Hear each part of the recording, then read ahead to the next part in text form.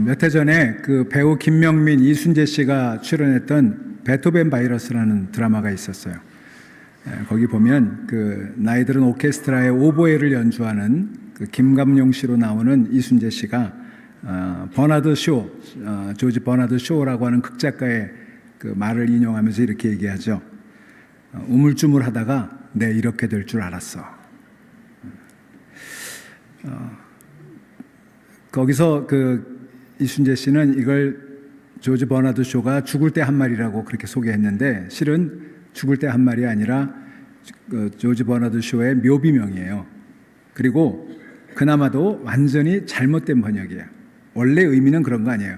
오래 살다 보면 이런 때가 와, 이런 뜻인데 그거를 무슨 이유인지 우물쭈물하다가 내 이럴 줄 알았어, 이렇게 번역을 했어요. 뭐 제가 그걸 시비하려고 하는 건 아니고 사실은 이 번역이 우리에게 더 살갑게 그러니까 좀 의미 있게 다가오는 것 같아요.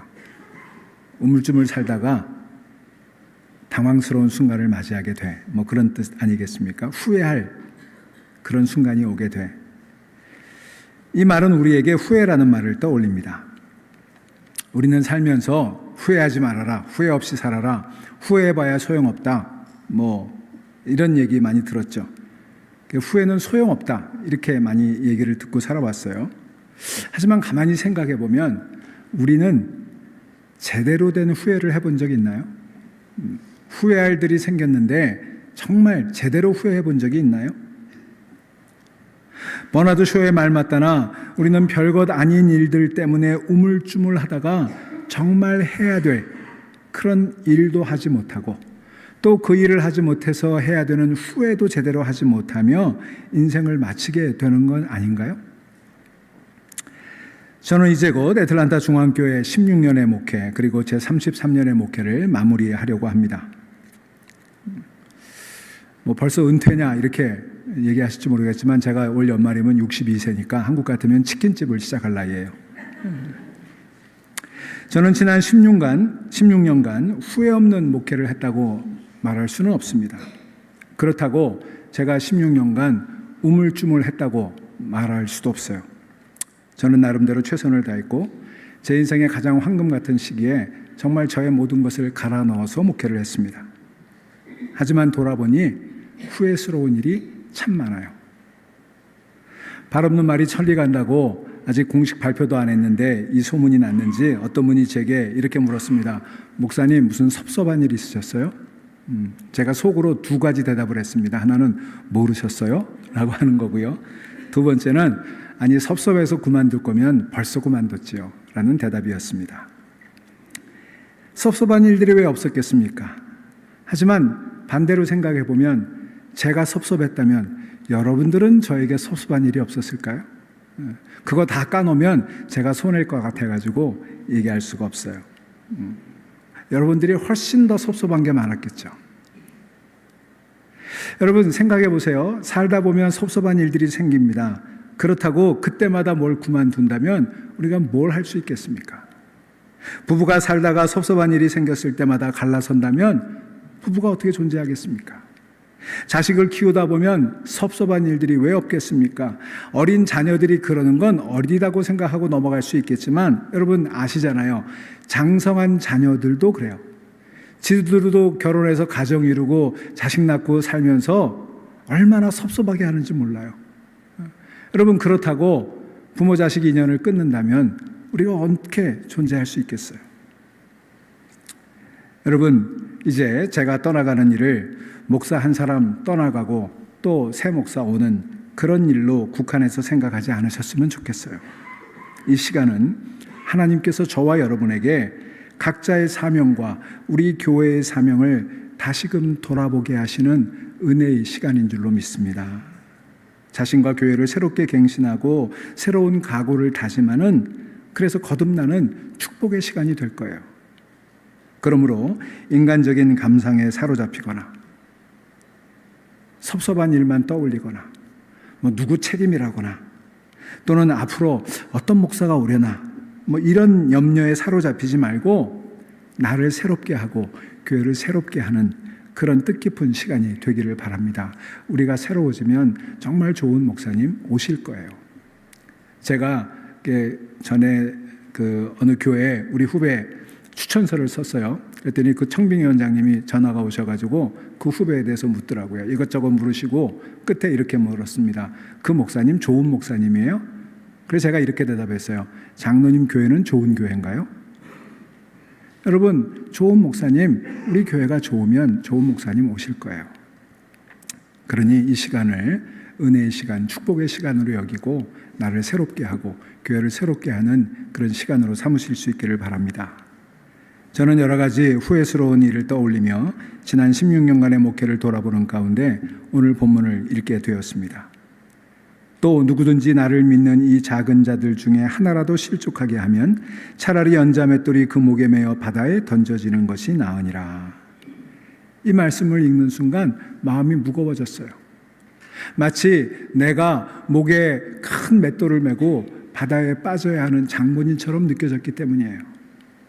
여기 실족하게 하는이라고 번역된 단어는 직역하면 넘어지게 하는 그런 뜻입니다. 제가 넘어지게 한 사람들은 없었을까? 왜 없었겠어요? 목회하면서 제게 가장 두려웠던 일은 누군가 저로 인해 믿음을 잃게 되는 것이었습니다. 목회하면서 가장 마음을 졸이는 일이 그것이었습니다. 교인이 교회 생활을 잘 하다가 발길을 끊으면 저는 맨 먼저 저에게 묻습니다. 나 때문인가? 교인들이 교회에 나오거나 떠나는 게 돼 있어서 가장 중요한 건 사실은 담임 목사예요. 우리 교회에도 이런저런 이유로 교회를 떠나시는 분들이 계셨지만 그때마다 저 스스로에게 물었던 질문은 나 때문인가? 내가 뭘 잘못해서였을까? 그거였어요. 어떤 분들은 제가 목회하는 모습이 대범하고 담대해 보인다 말씀하십니다. 하지만 겉모습만 그래요. 제가 교우들의 사정을 100% 다 파악하고 있는 것은 아니지만 또 그럴 수도 없지만 그러나 제 마음에는 늘 그래야 된다는 부담감이 있었어요. 교인들의 사정을 살피고 돌봐야 된다는 부담감이에요. 믿음 생활을 잘하던 사람에게 부정적인 변화가 보이면 그건 제게 근심이 되었습니다. 그 탓이 꼭 제게 있는 것 같다는 그런 자책감 때문에 그랬습니다. 많은 교인 가운데 나 하나 넘어진들 그게 무슨 목사에게 근심거리가 될까라고 생각하는 분이 계실지 모르겠습니다. 하지만 그렇지 않아요. 어떤 목자에게 양 100마리가 있었습니다. 그 중에 한 마리가 길을 잃었습니다. 그때 목자가 어떻게 했습니까? 그래도 90마리가 있는데 한 마리 때문에 90마리 돌보지 못하면 안 되지. 그랬나요? 아니요. 그 한 마리를 위해서 99마리를 누군가에게 맡겨두고 험한 길을 찾아 나섰던 거예요. 그게 목자의 마음이고 그게 예수 그리스도의 마음이었습니다. 잃어버린 양 한 마리를 찾아 나서는 그 예수님의 목자의 심정이 없었다면 잃어버린 양으로 살았던 우리들이 어떻게 오늘 이 자리에서 예수 믿는 하나님의 자녀가 될 수 있었겠습니까? 목회하는 제 심정도 그렇습니다. 저는 여러분을 볼 때 그냥 교인들이라고 보지 않습니다. 한 분 한 분을 보려고 애썼습니다. 제게는 한 분 한 분이 소중합니다. 그냥 중앙교회 200명, 300명이 소중한 게 아니라 한 분 한 분이 소중해요. 교회가 많은 사람이 모여도 저로 인해 한 사람이 믿음을 잃어버렸다면 그로 인해 마음 아픈 거예요. 여러분이 참 좋은 분들이고 예의를 차리는 분들이니까 말하지 않아서 그렇지 그동안 저로 인해 실족한 분들이 많았을 겁니다. 그게 바로 저의 고민이고 저의 근심이고 저의 한숨이고 저의 기도였습니다. 왜냐하면 믿음 생활에서의 넘어짐은 곧 그분의 영혼과 관계되는 일이기 때문이에요. 그래서 여러분, 제가 여러분들에게 오늘 말씀드립니다. 혹시 여러분 중에 제가 알지 못하는 중에 저로 인해 실족하신 분이 계시다면, 저 때문에 마음의 상처를 받은 분이 계시다면 저의 부족함을 용서해 주시기를 바랍니다. 주님의 은총이 그 마음을 위로해 주시고 그 마음을 회복해 주시기를 간절히 기도합니다. 하나님께서 그로 인한 책임을 제게 물으신다면 제가 감당하겠습니다. 그러니 여러분은 이것만 기억하세요. 여러분의 영혼은 어떤 이유로도 희생할 수 없는 너무나 고귀한 영혼이라는 거예요. 어떤 이유로도. 그러니 여러분, 하나님을 떠나지 마시기를 바랍니다. 하나님께 등 돌리지 말고 교회를 떠나지 마시기를 바랍니다. 오늘 읽은 본문 중에 끔찍한 말씀이 나와요. 여러분, 사실은요, 이거 끔찍한 얘기예요. 손이나 발이 죄짓게 하거든 찍어버리고 눈이 죄짓게 하거든 빼버리라는 말씀이에요. 제가 저라면 한 가지 더 넣었겠다 싶어요. 입이 범죄하거든 꼬매버려라. 예수 그리스도를 믿고 하나님의 자녀로 살아가는 과정에 심각한 방해가 되는 문제가 있다면 주저 말고 제거하라는 거예요. 두 손 다 가지고 지옥 가는 것보다 손 없이 천국에 가는 것이 더 낫고, 두 발 다 가지고 살다가 영원한 멸망에 빠지는 것보다 발 없이 영원한 생명을 얻는 게 더 낫다. 두 눈 가지고 살다가 하나님을 잃는 것보다 두 눈을 잃어버리고 하나님을 얻는 게 더 낫다. 그런 얘기입니다. 여러분, 두려운 얘기 아니에요? 우리의 영적 생활에 장애가 되는 것들이 많지요. 욕심, 미움, 시기, 질투, 섭섭, 이런 마음은 큰 장애 요인이에요. 여러 가지 중독 역시 우리의 영적 생활을 방해하는 것들입니다. 마약 중독, 도박 중독, 알코올 중독, 니코틴 중독, 포르노 중독, 쇼핑 중독. 여러분, 꼭 이런 나쁜 것들만 아니에요. 주식, 부동산, 이거 다 중독이에요. 인터넷, 드라마. 여러분, 영적 생활에 방해가 되는 것들이에요. 나의 관심을 하나님에게서 멀어지게 하는 것들 다 장애불이라고 봐도 과언이 아니에요. 여러분, 영적 생활이 더 깊어지려면 이런 것들을 살펴야 돼요. 무슨 세상과 담쌓고 수도원처럼 살으라는 얘기가 아니에요. 나를 늘 살펴야 된다는 얘기예요. 상태가 심각하지 않으면 나를 잘 다독거려야 하고, 상태가 심각하다면 적절한 결단도 내릴 수 있어야 되는 거예요. 사실 지난 2000년 동안 오늘 이 말씀이 왕왕 문제를 만들어내곤 했습니다. 여러분, 예수님께서 이 말씀을 통해 강조하시고자 했던 건 뭐예요? 죄의 뿌리를 뽑으라는 거죠. 손을 잘라라, 다리를 잘라라, 눈을 뽑아라. 이 말씀이 전하고자 하는 메시지는 정말 우리의 영혼, 우리의 영생, 이것에 방해가 되는 그 본질적인 것들을 찾아내서 그것을 제거하라. 그것을 이미지로 강력하게 전해주려는 비유예요. 그런데 말귀를 잘 못 알아듣고 이 말대로 한 사람들이 있었어요. 도박을 청산하기 위해 손목을 자른 사람이 있었죠. 하지만 나중에 어떻게 됐습니까? 다시 그 잘린 손목 가지고 또 도박에 손을 댔어요. 인터넷에 중독되어 고민하던 청년이 하루는 컴퓨터 모니터를 집어 던져 깨트려 버렸습니다. 하지만 모니터 그것도 사는 구만이에요. 문제의 뿌리는 여전히 그 마음 안에 있었던 거죠. 여러분, 오늘 본문 말씀이 예수님께서 우리에게 무슨 자해 소동을 벌이라고 하신 말씀 아니잖아요. 죄의 뿌리를 뽑으라는 거잖아요. 죄의 뿌리가 어디에 있습니까? 손에 있습니까? 발에 있습니까? 눈에 있습니까? 죄의 뿌리는 마음에 있는 거예요. 우리 마음에 있어요. 그래서 마음을 살피라고 하지 않았습니까? 혹 마음에 하나님에게서 멀어지게 하는 헛된 욕망은 없는지, 하나님에게서 멀어지게 하는 우상 숭배의 욕망은 없는지, 허영심, 미움, 그런 건 없는지 진지하게 자신을 살펴야 되는 거예요. 더러운 쾌락의 욕망은 없는지. 여러분, 그래서 잘 다독거리고 잘 돌보아서 길들일 수 있는 것이라면 그렇게 하고, 아니면 결단 내려야 되죠. 하나님을 잃으면 모든 것을 잃기 때문이에요. 그러니 여러분을 하나님에게서, 교회에서 멀어지게 하려는 그 어떤 것에 대해서도 아무런 핑계를 대지 마세요. 때로는 목사가 문제입니다. 때로는 교회 중직자들이 문제가 되기도 합니다. 때로는 교회들이 문제가 되기도 합니다. 여러분, 기독교의 적은 무슬림도 아니고 무신론자도 아니고 기독교인이라고 그러잖아요. 특히 잘 믿는다고 떠드는 사람들이라고 그러잖아요. 그들로 인해 실족하고 하나님을 등지는 사람들이 실제로 적지 않습니다. 하지만 여러분, 결코 그것이 내가 하나님을 등지는 일에 핑계가 되게 해서는 안 돼요. 목사의 허물이 내가 믿음을 저버리는 핑계가 돼서는 안 돼요. 교인 누군가의 잘못이 내가 교회를 떠나는 이유가 돼서는 안 된다는 거예요. 동시에 교회로 모여 믿음 생활을 해가 나가는 동안 우리는 다른 사람의 넘어짐에 내가 빌미가 되지 않도록 애써야 돼요.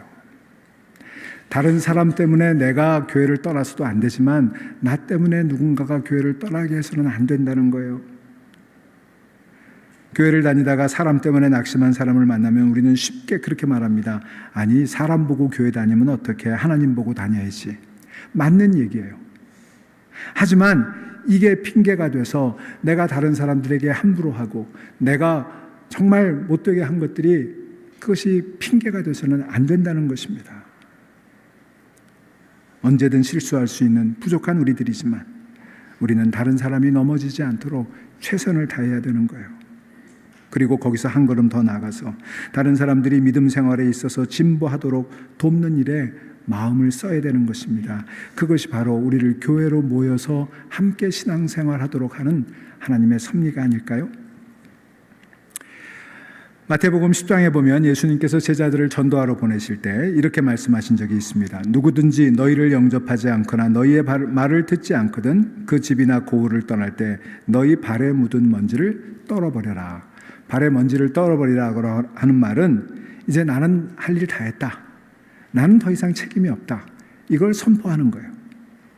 또 사도행전에 보면 에베소에서 2년 동안 목회했던 바울이 그 사역을 마치고 예루살렘으로 떠나가면서 고별 설교를 할 때 이런 말씀을 합니다. 나는 오늘 여러분에게 엄숙하게 증언합니다. 여러분 가운데서 누가 구원을 받지 못하는 일이 있더라도 내게는 아무런 책임이 없습니다. 그것은 내가 주저하지 않고 여러분들에게 하나님의 모든 경륜을 전해 주었기 때문입니다. 나는 이제 하나님과 그분의 은혜로운 말씀에 여러분을 맡깁니다. 하나님의 말씀은 여러분을 든든히 세울 수 있고 거룩하게 된 모든 사람들 가운데서 여러분으로 하여금 유업을 차지하게 할 수 있습니다. 이렇게 얘기했어요. 여기 두 가지가 있습니다. 하나는 바울이 내가 할 수 있는 최선은 다했다는 거예요. 그러니 나는 이제 책임이 없다는 거예요. 여러분, 여기서 우리가 기억해야 될 게 있어요. 우리가 교회를 섬기는 일에, 영혼을 구원하는 일에 최선을 다해야 된다는 거예요. 근데 여기 최선에는요, 두 가지가 항상 있어야 돼요. 하나는 열심이고 하나는 지혜예요. 열심히만 한다고 되는 건 아니에요. 여러분 경험하시잖아요. 가끔 잘못된 나의 열심 때문에 문제가 생기기도 하고 누군가가 상처를 받기도 하잖아요. 그래서 뭐가 필요해요? 지혜가 필요한 거예요.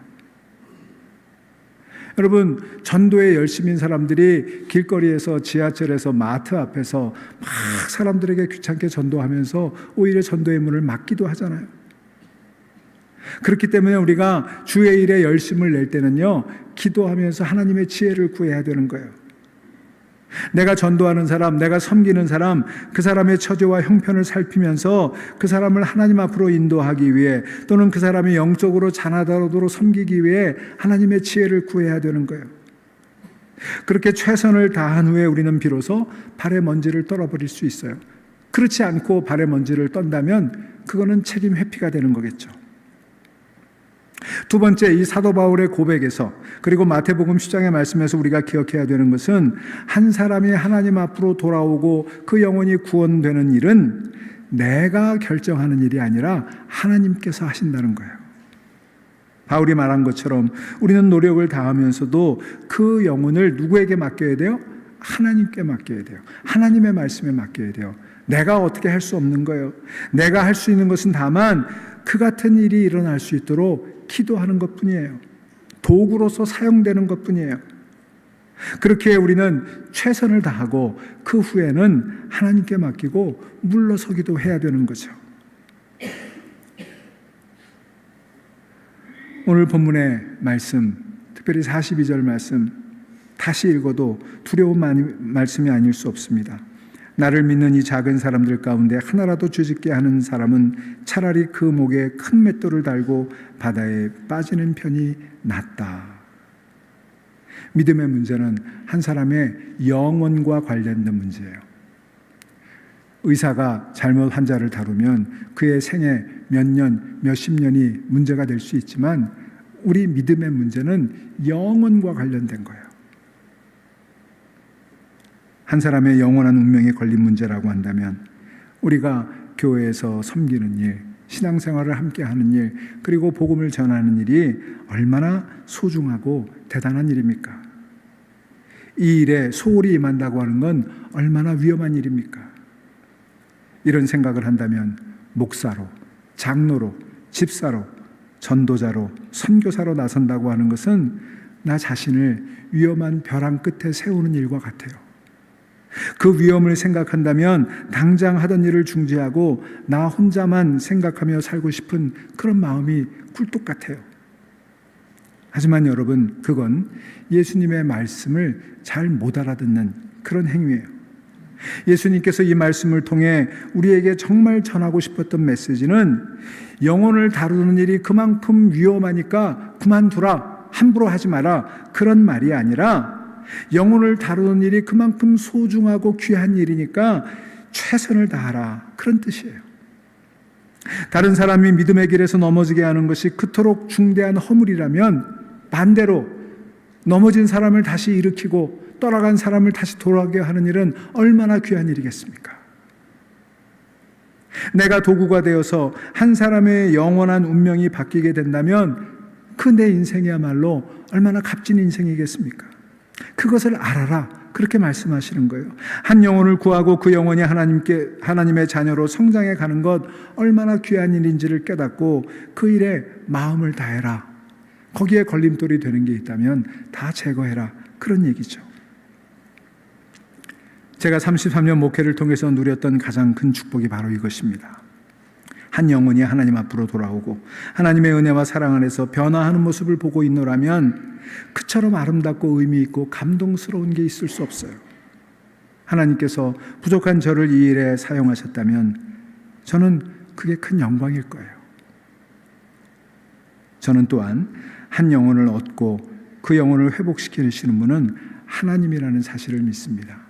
내가 하는 일 아니라고 생각해요. 만일 그 일을 제가 해야 되는 일이었다면 저는 벌써 포기했을 것입니다. 저는 실은 제 영혼조차도 돌볼 수 없는 형편없는 사람이거든요. 그런 제가 어찌 다른 영혼을 돌본다고 하겠습니까? 다만 하나님께서 저를 통해서 제 앞에서, 제 안에서, 제 뒤에서 함께 하셨다고 믿기에 그저 그 일에 순종했을 뿐입니다. 그렇기 때문에 믿음의 형제자매된 우리 교우 여러분, 여러분의 수고가 온 천하보다 귀한 영혼을 구하고 또 그 영혼이 성장하는 일에 귀하게 쓰임받고 있음을 아시고 여러분 그 일로 위로받으실 수 있기를 간절히 축원합니다. 그리고 그 일에 고귀함을 알아 더욱 정성으로 임하신다면 하나님께서 놀라운 은혜로 여러분을 축복해 주실 줄로 믿습니다. 저는 이 시간 이 교회 안에서 영혼을 위해, 영원한 생명을 위해 여러모로 일하는 여러분 모두에게 감사를 드립니다. 한 사람의 영혼이라도 더 구하고 성장하도록 돕는 데 필요한 일들 많죠. 교회 구석구석에서 보이게 보이지 않게 섬기는 일에 헌신하시는 그 여러분들께 진심으로 감사를 드립니다. 여러분의 헌신이 디딤돌이 되어서 한 사람이라도 더 구원받고 한 사람이라도 하나님의 자녀로 성장한다면 그보다 더 보람 있는 일은 없을 거라고 믿습니다. 또 혹시 그렇게 열심히 일하다가 상처받거나 지친 분들이 계십니까? 그렇다면 하나님께서 여러분을 만져주시고 치유해 주시기를 간절히 기도합니다. 그것은 어쩌면 우리가 믿음으로 사는 동안 마땅히 겪어야 될 일인지도 모르겠어요. 여러분이 만일 지금 지쳐 있다면, 상처받았다면 여전히 열심히 섬기고 있는 누군가를 한번 바라보시기 바랍니다. 그 사람은 배짱이 커서 그런 거 할까요? 상처받은 일이 없어서 여전히 그러고 있을까요? 아니요. 상처와 아픔들이 있었지만 그 상처와 아픔들을 견디면서 강해졌기에 그렇게 할 수 있는 겁니다. 그리고 지금도 여전히 상처를 부여잡고 그리고 버티며 그 일을 하는 거예요. 그러니 여러분도 이 상처 가운데, 이 아픔 가운데 더 강건해지고 주님의 은총으로 더 새로워지기를 간절히 축원합니다. 그러니 여러분에게는 바울의 갈라디아서 6장 9절의 말씀을 전합니다. 선한 일을 하다가 낙심하지 맙시다. 지쳐서 넘어지지 아니하면 때가 이를 때 거두게 될 것입니다. 혹시 여러분 가운데 아직 그런 일이 두려워서, 누군가를 실족하게 할까 봐서, 내가 상처받을까 봐서 그저 나 하나만 잘하면 되지 이렇게 뒤로 물러서 계시는 분들이 계십니까?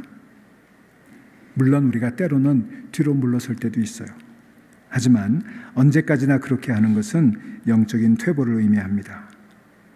그러니 여러분이 진실로 하나님을 믿으신다면 이웃을 섬겨야 하고 더불어 함께 신앙생활해야 되고 내 믿음이 어느 정도 성장했다면 그렇게 섬기는 일에 나서야 될 줄로 믿습니다. 그래야 나도 잘하고 상대방도 잘하는 것 아닐까요?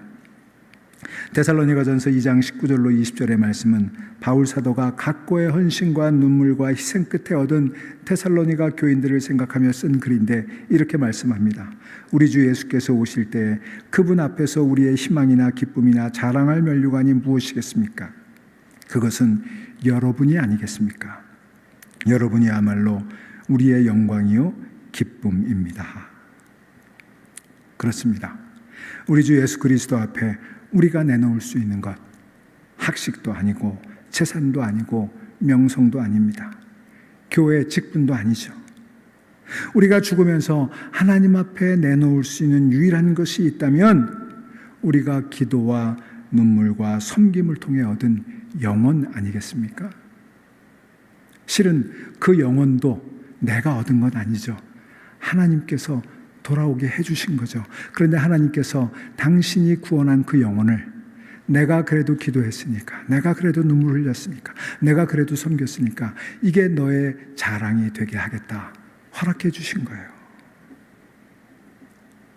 여러분, 우리가 마지막 날 주님 앞에 설 때 아무것도 내놓을 것이 없다면 우리는 얼마나 초라한 사람이겠습니까? 나 혼자만의 구원을 위해 몸부림친 인생이라면 주님 앞에 어떻게 설 수 있을까요? 우리의 믿음이 우리를 주님 앞으로 데려갈 수 없는 믿음이라면 그보다 더 불행한 건 없을 것입니다. 그래서 오늘 본문에서 예수님은 영적 생활에 장애가 되는 것들과 그 모든 방해물들을 다 과감하게 처리하라고 말씀하신 거예요. 그렇게 그 장애물들을 해치고 나아가 영적으로 무럭무럭 성장하기를 기대하면서 호소하신 거예요. 그러니 여러분, 우리가 이것을 안다면 우리의 남은 날 동안 교회 안에서, 교회 밖에서 섬기고 전도하는 일에 힘써야 될 줄로 믿습니다. 여러분, 다른 사람들을 볼 때 하나님의 사랑의 눈으로 볼 수 있게 해달라고 기도하세요. 영혼을 보는 눈과 영혼을 사랑하는 마음을 갖게 해달라고 기도하세요. 내 인생을 사용해서 단 하나의 영혼이라도 하나님께 돌아갈 수 있게 해달라고 그렇게 기도하세요. 교회 안에서 다른 이들의 영적 성장을 위해 내가 할 일이 무엇인지를 늘 찾게 해달라고 기도하세요. 그 일을 통해 우리 마음에는 전에 느껴보지 못한 거룩한 기쁨이 들어설 것이고 그런 우리를 보며 하나님은 아주 기뻐하실 줄로 믿습니다. 그리고 마지막 날 우리가 주님 앞에 서는 날 우리는 감사와 기쁨으로 가슴 벅찬 그런 날을 맞이하게 될 것입니다. 이와 같은 은혜와 축복이 저와 여러분에게 그리고 우리 교회에 가득하기를 간절히 소망합니다.